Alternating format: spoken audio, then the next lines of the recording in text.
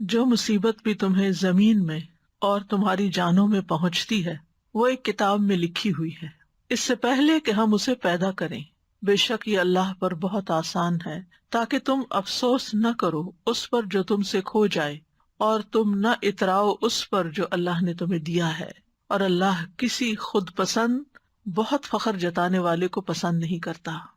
اس آیت میں اللہ سبحانہ وتعالیٰ اپنی قدرت کی خبر دے رہا ہے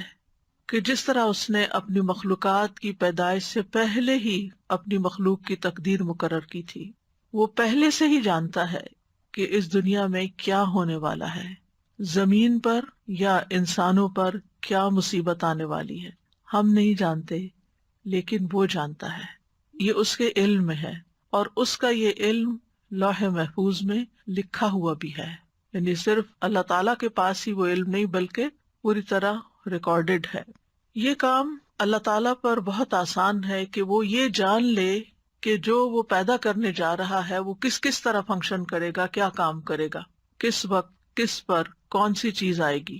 اور پھر یہ کہ کیا کیفیات ہوں گی، کیسے حالات ہوں گے، کیسے تبدیلیاں ہوں گی۔ یہ سب کچھ لکھنا اللہ تعالیٰ کے لیے بہت آسان ہے۔ اس سے ہم اندازہ لگا سکتے ہیں کہ ہم مخلوق میں اور اللہ رب العزت میں کیا فرق ہے، یعنی اللہ سبحانہ تعالیٰ کی قدرت اور طاقت کتنی زیادہ ہے کہ ہر چھوٹی سے چھوٹی چیز، ایک ذرے سے ذرے کے بارے میں علم، اور آسمانوں اور پہاڑوں اور ان تمام چیزوں کے بارے میں علم اللہ تعالیٰ کے پاس ہے، اور لکھا ہوا بھی موجود ہے۔ یہ سب کچھ اس لیے بتایا جا رہا ہے، یعنی یہ تو ایک حقیقت ہے، ایک ریالٹی ہے، کیونکہ اللہ تعالیٰ نے خود بیان کر دی۔ یہ ہمیں کیوں بتایا جا رہا ہے؟ تاکہ ہم دنیا میں کسی بھی چیز کے کھو جانے پر غم نہ کریں، چاہے وہ ہماری صحت ہو، یا کوئی کسی کی جان ہو، یا کوئی مال ہو، یا کوئی فصلیں ہوں، یا انسان کی آمدنی کا کوئی ذریعہ ہو۔ کوئی بھی چیز انسان سے کھو جائے تو اسے تقدیر کا حصہ سمجھ کر اس پر صبر کرے، اور جو نعمتیں اللہ تعالیٰ ہمیں دے، یعنی صرف یہ نہیں ہوتا کہ ہم سے لیا ہی جا رہا ہوتا ہے،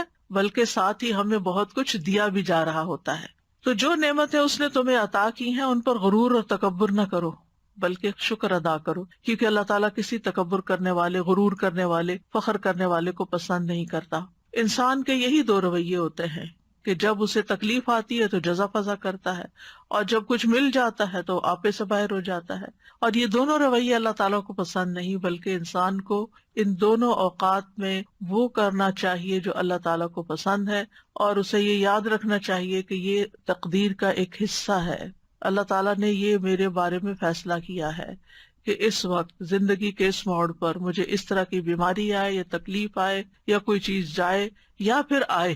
عموماً یہ ہوتا ہے کہ ہم تکلیفوں کو زیادہ یاد رکھتے ہیں، ان کا تذکرہ زیادہ کرتے ہیں، لیکن جو نعمتیں ہمیں ملی ہیں ان کو ہم یاد بھی نہیں کرتے، گنتے بھی نہیں، ان پہ شکر بھی کم ادا کرتے، ان کا ذکر بھی نہیں کرتے۔ یعنی عام طور پر ہماری جو گفتگو، انٹریکشن، کنورسیشن، میسج ایکسچینجنگ جو ہوتی ہے وہ تکلیفوں پر مبنی، مسائل پر مبنی، پریشانیوں پر مبنی ہوتی ہے، اس میں عام طور پر ان چیزوں کا زیادہ ذکر ہوتا ہے۔ لیکن زندگی میں ہم نے کیا اچیومنٹس کی، ہمیں اللہ تعالیٰ نے کن کن نعمتوں سے نوازا، کیا کیا ہم پر رحمتیں ہوئیں، کیسے کیسے ہمیں مواقع ملے، کیسی کیسی نعمتوں میں اس نے رکھا ہوا ہے، اس کا تذکرہ یا تو ہوتا نہیں، یا پھر ہوتا ہے تو فخر اور غرور کے انداز میں ہوتا ہے، اپنا کارنامہ بتایا جاتا ہے، اور یا پھر اس کے ذریعے دوسروں پر برتری جتائی جاتی ہے، جبکہ شکر ادا کم ہی کیا جاتا ہے۔ تو اللہ تعالیٰ فرما رہے ہیں ما اصاب من مصیبت فی الارض، نہیں پہنچتی کوئی بھی مصیبت جو زمین کو پہنچتی۔ زمین پر کون کون سی مصیبتیں آتی ہیں؟